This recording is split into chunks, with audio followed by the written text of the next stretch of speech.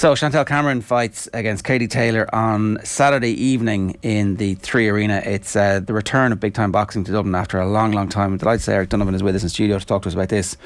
We had Dennis Hogan in yesterday, and he was saying he was at the point when Bernard Dunn was fighting. It's, you know, we all know the reasons why there haven't been big time fights, but it's really important that this is here, that it is happening. There's very few people in Irish life who could like sell out the 3 Arena the way Katie has, and so there's a lot riding on this.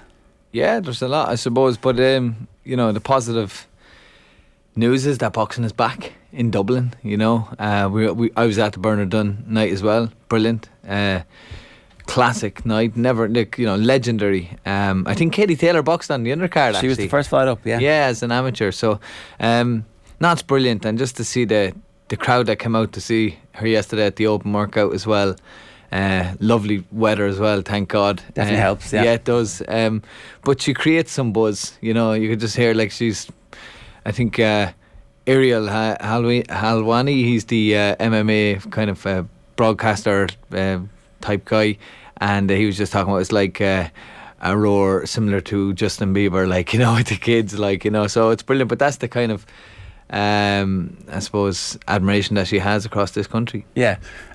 What do you hope that it means in terms of future fights and like just getting the sport back to a situation where there are semi-regular big time fights in Dublin? They obviously don't all have to be at 3 Arena. You know, the National Stadium is a brilliant venue. There's other places that they could have shows. And what does it mean for professionals in Ireland who are thinking, actually, you know what, I can make a career out of this?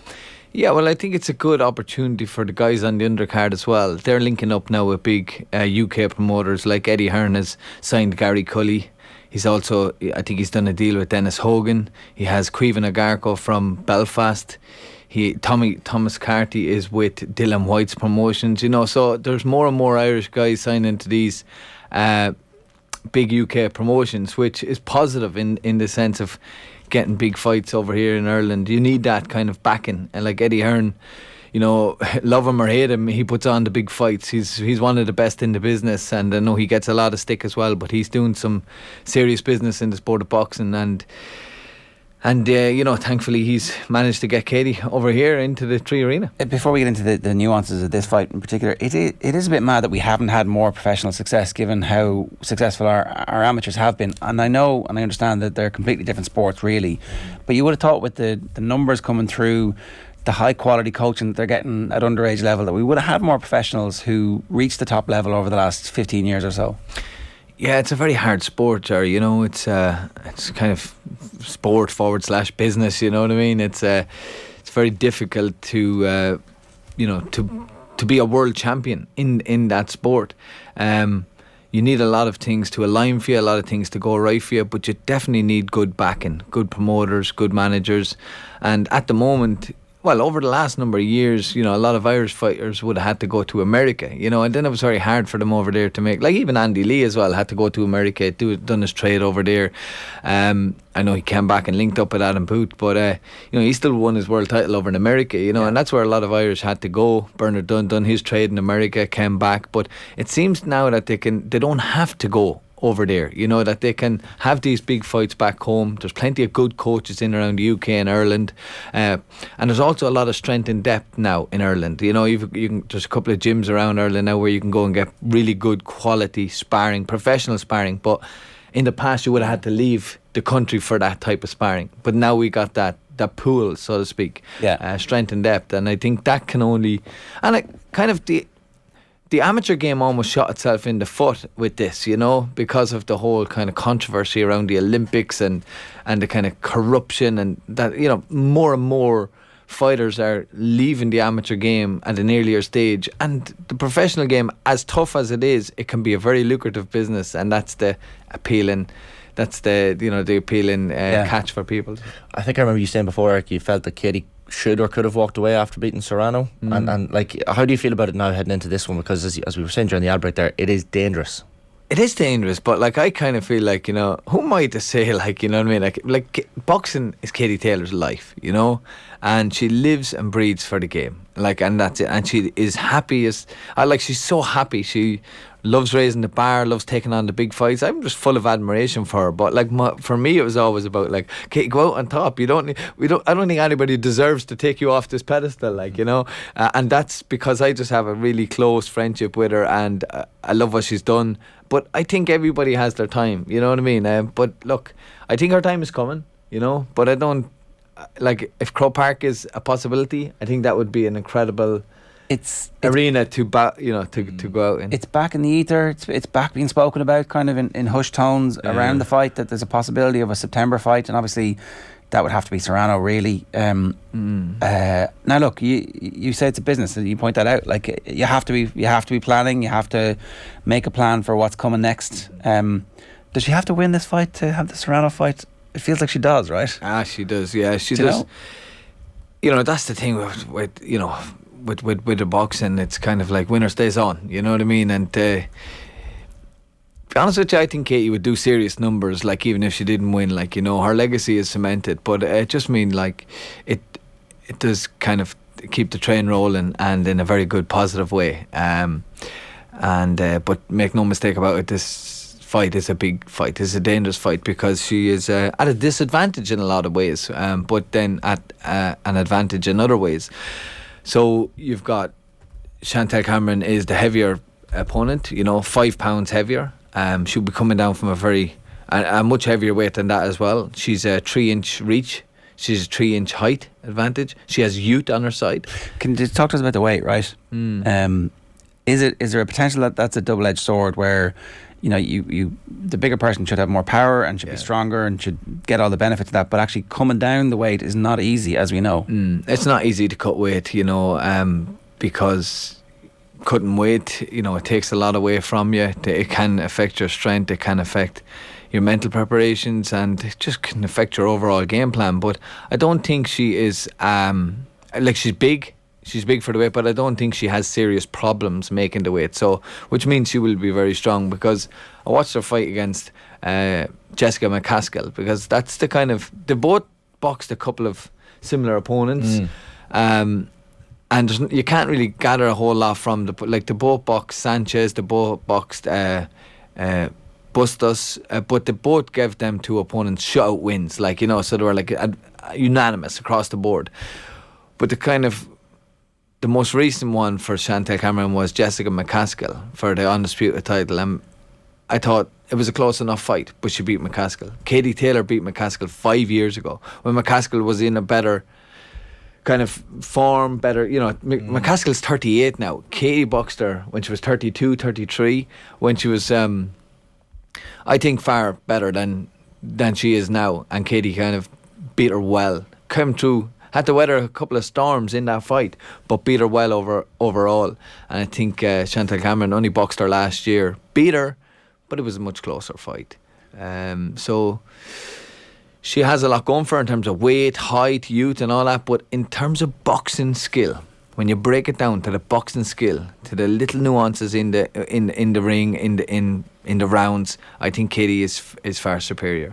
Okay, we'll get into what that actually means and how that's going to show up in the fight in a moment, but I want to play everybody this. This is Chantelle Cameron speaking yesterday to her own Aisling O'Reilly. Have a look. When you're fighting Katie Taylor, have you had to adjust your training? Just going through the gears. I've had tough sparring, high work rate on the pads, whereas usually I can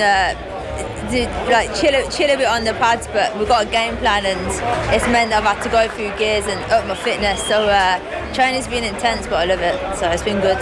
And fighting Katie Taylor, she's had to jump up in weight class in order to have this fight. Do you think that was a risk for her?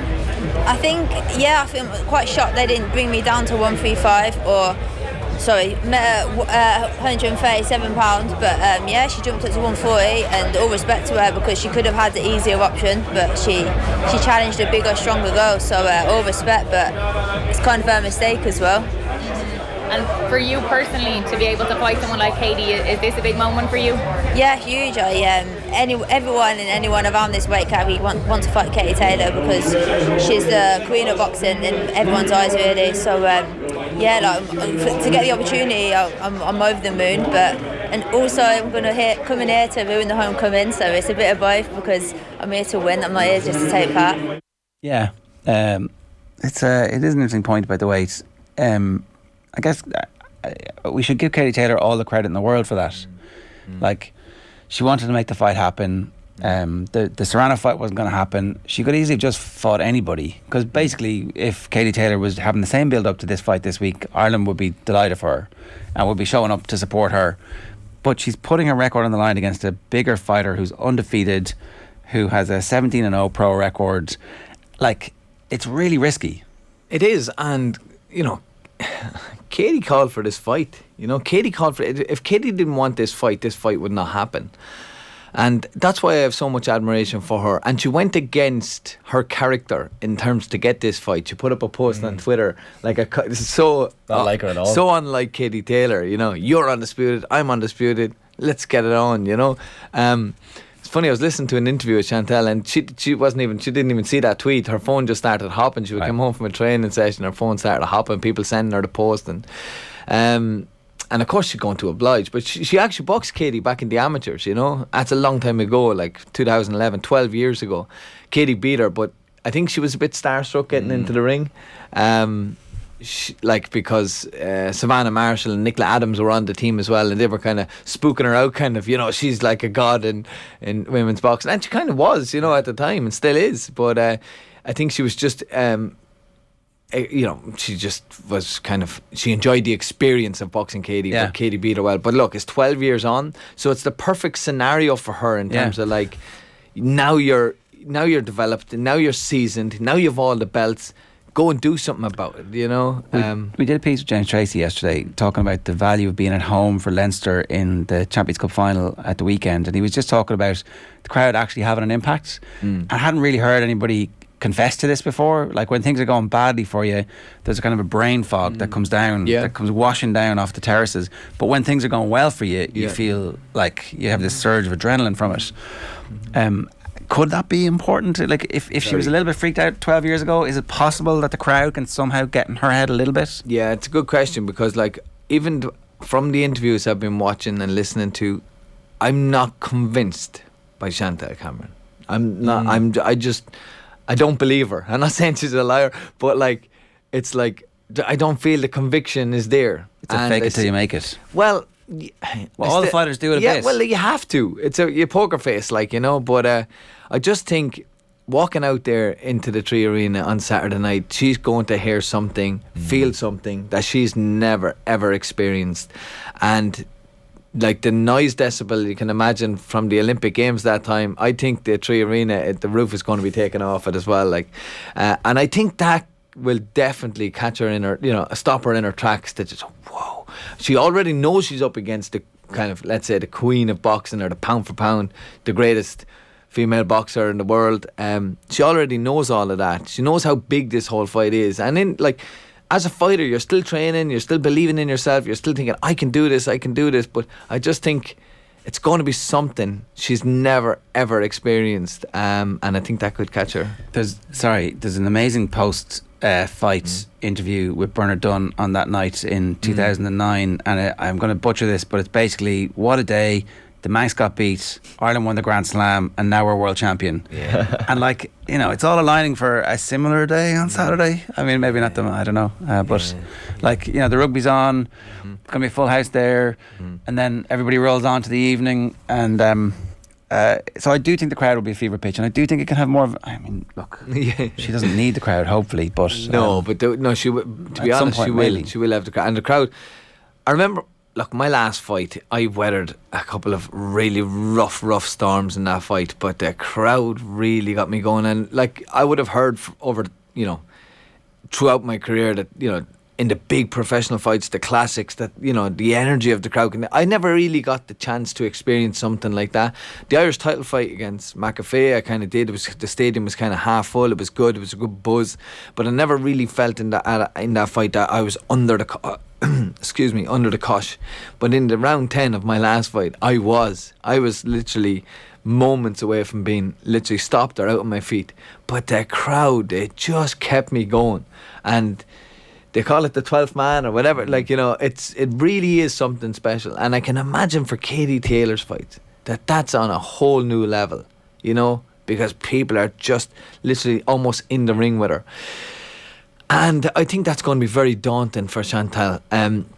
Chantelle has like I said, a lot of advantages. She's not. She's a very economical boxer. She wastes nothing. She gives, she's very. She does the simple things very, very well. Good jab, good strong high defence, and can be hard to break down. But because it's only 2-minute rounds, I think that will stand to Katie. That Katie can, be in and out, showing her feints, landing her combinations and moving. But she's going to have to be very disciplined, because one of Katie's flaws is, and we know this, is that she likes a fight far too often for my liking, or I suppose her coach's liking. She likes to square up sometimes and really go. And I wouldn't, in this case, that would be a, kind of red flag. Stay away, because you don't want to play into the hands of Cameron, the heavier fighter. Technically speaking, does Chantelle Cameron match up to anything that Katie has experienced before in her professional career or recently? Like, is she a similar type boxer? Is this something that she's maybe not going to be used to, or how does she compare? Well, Katie's already boxed somebody who's an undisputed champion, albeit in a different weight, in Mando Serrano, and we know, that was women's fight of the year across male or female. It was just an absolute classic, and I'm still gutted that my poor wife got COVID in the week of the fight. We were supposed to be there, but look, it's going to be a consolation. Not that you bring it up often. So it's a consolation for us to for Saturday night, so we cannot wait for it. But I think Katie's been in with better opposition, much better opposition. I think Cameron was 20 years old when she joined boxing, and she made the switch over from kickboxing, so Katie's been immersed in this sport since a 10-year-old girl, 9 or 10 years of age. She's been around the high performance unit for years. She's very well schooled. She's got great pedigree behind her. I know she's getting on and everything like that as well, but I just think she'll have a little bit too much for Cameron on the night. There is talk that she might engage in the all-out war at some point. Katie. Well, if it's Katie Taylor that steps into the ring, you can be damn sure she's going to do that.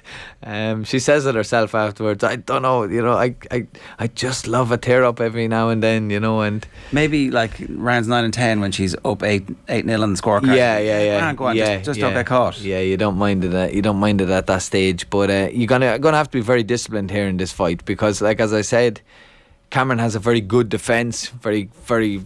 She's got a tall kind of height advantage. What do you do when you're fighting someone who's taller than you? Well, the feinting has got to be really key, because when a person is much taller than you, they're going to want to be out on the outside, keeping you at long range. But Katie's going to have to try and get inside with fast attacks, but you can't just go in recklessly, carelessly, because you can walk into heavy punches. So she's got to get back to what she used to do really in the amateur days, that feinting, that she was brilliant at that. So the feinting is kind of just setting those traps, almost trying to trick your opponent into thinking you're going to offload, you're going to let your punches go. It takes a high energy, high volume to do this, but when she does it, as soon as Cameron offloads, Katie will counter punch. So kind of a slip, a dummy. It's like a dummy, you know what I mean, and a counter punch afterward. Again, takes a lot of effort, a lot of energy. But rounds can be won in snippets. They don't have to be. It doesn't have to be 2 minutes of non-stop action. You got to be clever. It's got to be in stages throughout the round. Get the quality work done, and then stay out danger when you have your work done, and move. Get on your feet. She has brilliant footwork. Yeah. And I think she's much better footwork than Cameron. And I think if she can get a lead on Cameron, win the earlier rounds, then she's going to bring Cameron out of her, I suppose, comfort zone, because she's going to have to come forward. So start fast and try and build up a few rounds, because once you get 3-4 rounds in the bank and you're winning, then you want Cameron going back to her corner, and you want Jamie Moore and them saying, listen, you're going to have to go for it. Yeah. And then kind of, when you're hearing that word in the corner, you're not relaxed anymore, you're not comfortable, it's not flowing, you're knowing that you're going to have to go out now and do something outside of your game plan or your tactics. And that's what you want it, because then you start making mistakes, because you're rushing, you're chasing the fight. We have some Katie here. We can have a listen to her again talking with Aisling yesterday. When this fight was actually made, when I knew that the homecoming fight was actually going to happen, I was reminded back the first time I actually put on a pair of gloves as a 9 or 10 year old. Just all the sacrifices year in year out that they made. all the obstacles that were in my way from a young age. Now here we are. Women's boxing again is headlining a huge show, and we're going to be the centre of attention in the whole boxing world again. And I'm just so grateful for this journey. It's been amazing. And the likes of you have paved the way, but also the likes of Deirdre Fogarty, that really kicked it off. And I know she was a big hero of yours. Absolutely, and it's amazing that Deirdre is actually going to be there on Saturday night to support me. That's so special for me. And she was the only female fighter I actually knew of at the time when I was growing up, and she was always so encouraging towards me. Always made so much time for me every time she was home. She held the pass for me a couple of times. She invited me over to her house a couple of times. It's just amazing the support that I actually got from her, and she's actually going to be there on Saturday night to experience this amazing fight as well, and I'm just so grateful. Am I right in saying that the statue's been unveiled on Friday? Is it? Or Oh no, the statue has not been unveiled. There's going to be an evening with Deirdre Fogarty. Right. It's like a bit of a storytelling, and it's going to be a fundraiser for the statue. So I'm going to be at that event as well. Looking forward to it, because I can imagine some incredible stories. She's clearly massive influence. She's going to be in studio tomorrow, Deirdre Fogarty, as well, which I'm looking forward to as well. But clearly a massive influence on Katie's career. Yeah, and fair play, credit to the Kieran McIver and all the committee that have got behind it, because you often wonder if there was no Deirdre Fogarty, would we have a Katie Taylor? Yeah. So she had to leave in 91 because it was illegal here. So you can imagine she's I suppose the OG or the trailblazer, that kind of way. So yeah. Okay, so high intensity, high energy, get an early lead. What's the Chantelle Cameron camp? What's their plan? How do they want a war early? Kind of assert the fact that you're the bigger, stronger fighter, and then give Katie Taylor something to think about if you were plotting a win for them? Yeah. See, in female boxing, like even Chantelle Cameron now, I think she's 17-0. I think she's got 8 knockouts, but 7 of those knockouts are from her first 10 fights. Right. Katie's 21, 22-0. She's got 6 knockouts, but their last 10 fights, their last 7, they're against high opposition, and it's very rare you see knockouts in the female weight classes at the higher end of it, like at the world title stage and undisputed. So knockout in this probably not going to be. I can't see it. I just can't see it. So they're going to be looking at points, obviously. So they'll know that Katie is very quick, very fast, very sharp in everything that she does. So they're going to be trying to warm in. I don't think they'll send Cameron all guns blazing in the early rounds. I think they'll want her to warm into this fight, because it is a big occasion. She can get very overawed, especially if she starts bulling in the first round or two and gets clipped by Katie and gets embarrassed, gets humiliated. That can affect the whole game plan. So I'd say she'll try and really start trying to warm into the fight, finding her shape and distance. And I'd say probably in around the after a couple of rounds at least anyway, they'll probably try to start turning the screw and turn the heat up on Katie, So not exactly sure what their game plan will be, obviously, but again, you're going to, in order to beat Katie Taylor, you kind of have to do what she's doing a little bit better. But I don't think she has in her locker anything better than what Katie has. So it sets up for a really good high octane fight.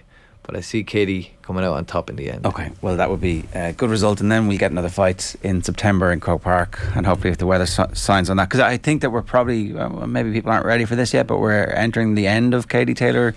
This is definitely the beginning of the end. Like there's not that many more fights left. Yeah, that's true. And it's just great. Isn't it wonderful to see her back home on Irish soil? And I was just thinking about, I'm going to 2 big fights within the next week, and I don't have to get onto a plane. I'm going to Katie Taylor's fight and I'm going to Michael Conlan's fight, and that's brilliant. That is brilliant to be able to say that.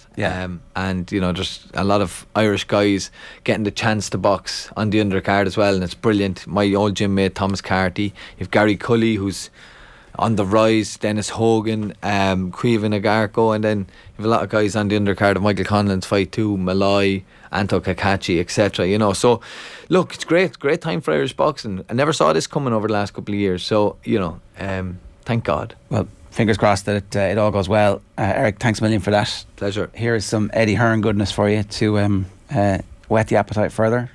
We've seen Katie headline what a fight that was, what an occasion that was. But she said this is her biggest test yet. She has to jump up in a weight as well. Is that a bit of a risk, do you think? Yeah, I think, she's stepping up in weight. She's fighting a bigger opponent. She's fighting definitely a fresher opponent than Amanda Serrano. Chantelle Cameron has believed for many years she wins this fight. And Katie Taylor's always said for many years, I'll take the fight. But now it's become big enough, it's happening. But, this fight's going to unfold very quickly. Chantelle's going to force the action and try and engage in that war as soon as possible. And the problem is with Katie, she's so stubborn. She might have tactics to box and move for the first half of the fight. As soon as she starts engaging and the free arena erupts, we're going to go straight back to Madison Square Garden and that moment against Serrano where they're going toe-to-toe. And it's going to be a thriller. I spoke to Chantelle and she said she's in the best shape of her life. She's never felt better. Her preparation went perfectly. You can see she is really ready for this. But you go to that next level when you're in those kind of fights. You know that when it got tough for Chantelle in training camp, she was thinking she's fighting Katie Taylor. She pushes harder, she pushes deeper, she becomes fitter, she becomes stronger, and now she comes into this week just full of confidence. She's the champion. Katie's the challenger in this fight. She's trying to take the belts off Chantelle Cameron, and both girls very confident going into this fight.